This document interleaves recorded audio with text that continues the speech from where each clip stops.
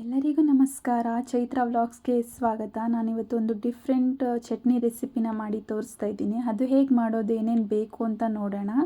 ಮೊದಲಿಗೆ ಒಂದು ಬಾಣಲಿನ ಬಿಸಿಗಿಟ್ಟು ಸ್ವಲ್ಪ ಎಣ್ಣೆನ ಹಾಕ್ಕೊಳ್ತಾ ಇದ್ದೀನಿ.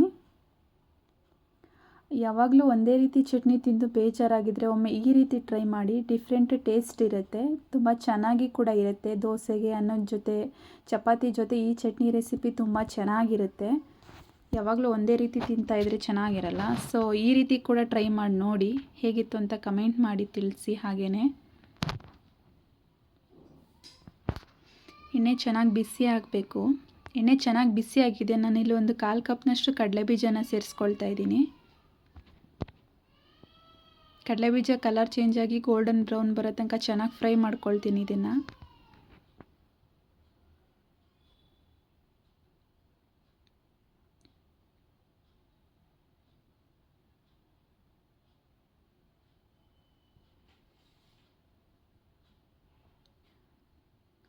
ಚೆನ್ನಾಗಿ ಫ್ರೈ ಆಗಬೇಕಿದು.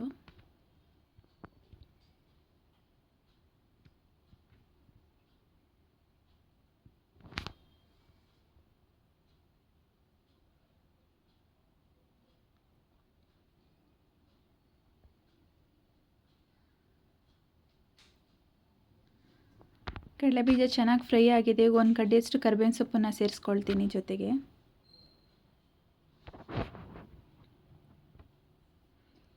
ಖಾರಕ್ಕೆ ಒಂದು 5ರಿಂದ 6 ಒಣಮೆಣಸಿನ್ಕಾಯಿನ ಸೇರಿಸ್ಕೊಳ್ತಾ ಇದ್ದೀನಿ.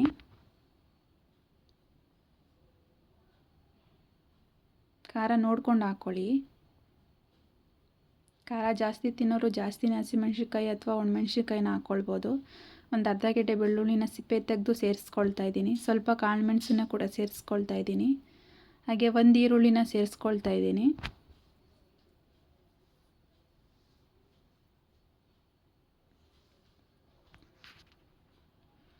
ಈರುಳ್ಳಿ ಎಲ್ಲ ಸಾಫ್ಟ್ ಆಗಬೇಕು, ಅಲ್ಲಿವರೆಗೂ ಚೆನ್ನಾಗಿ ಫ್ರೈ ಮಾಡ್ಕೊಳ್ತೀನಿ ಇದನ್ನು.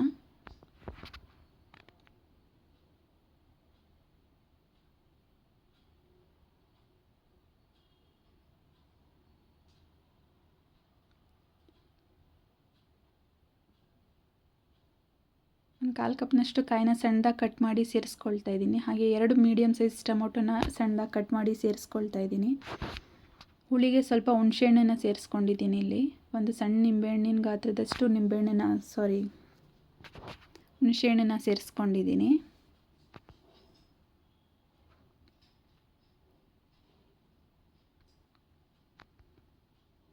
ಈರುಳ್ಳಿ, ಟೊಮೊಟೊ, ಕಾಯಿ ಎಲ್ಲ ಚೆನ್ನಾಗಿ ಸಾಫ್ಟ್ ಆಗಬೇಕು, ಅಲ್ಲಿವರೆಗೂ ಚೆನ್ನಾಗಿ ಫ್ರೈ ಮಾಡ್ಕೊಳ್ತೀನಿ ಇದನ್ನು.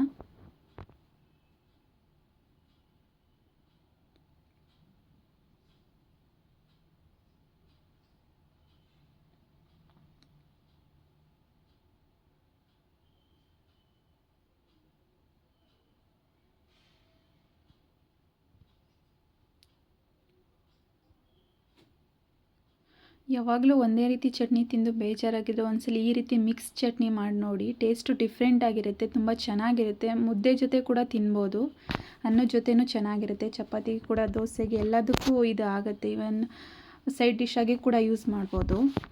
ಚೆನ್ನಾಗಿರುತ್ತೆ. ನೀವು ಕೂಡ ಒಮ್ಮೆ ಟ್ರೈ ಮಾಡಿ, ಹೇಗಿತ್ತು ಅಂತ ಕಮೆಂಟ್ ಮಾಡಿ ತಿಳಿಸಿ. ಹಾಗೆ ನನ್ನ ವಿಡಿಯೋ ಇಷ್ಟ ಆದರೆ ಲೈಕ್ ಕೊಟ್ಟು ಸಪೋರ್ಟ್ ಮಾಡಿ.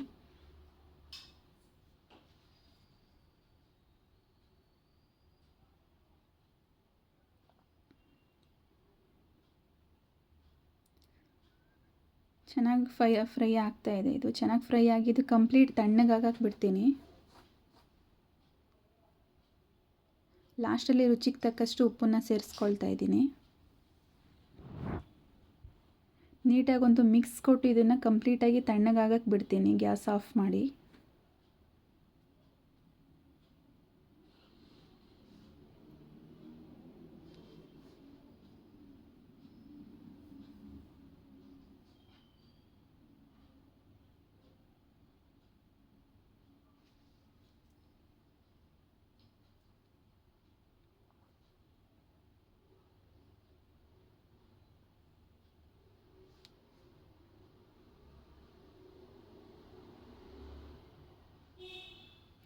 ಲಾಸ್ಟಲ್ಲಿ 1 ಇಂಚಷ್ಟು ಶುಂಠಿನ ಸೇರಿಸ್ಕೊಳ್ತಾ ಇದ್ದೀನಿ.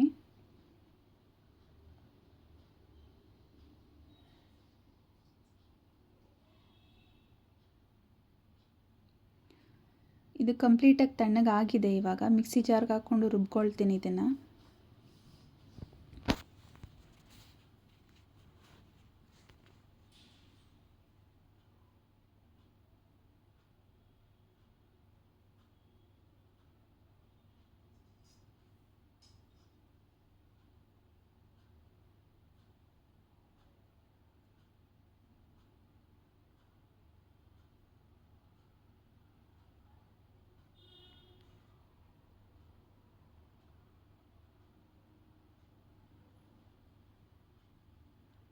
ಸ್ವಲ್ಪ ನೀರು ಹಾಕ್ಕೊಂಡು ಇದನ್ನು ನೀಟಾಗಿ ರುಬ್ಕೊಳ್ತೀನಿ ಮಿಕ್ಸಿ ಜಾರಲ್ಲಿ.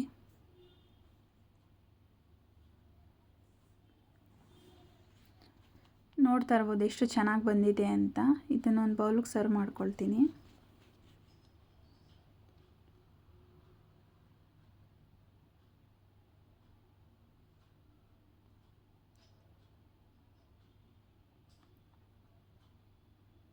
ಇದಕ್ಕೆ ಒಂದು ಒಗ್ಗರಣೆ ಹಾಕ್ಕೊಳ್ತೀನಿ. ಹಾಗೆಯೇ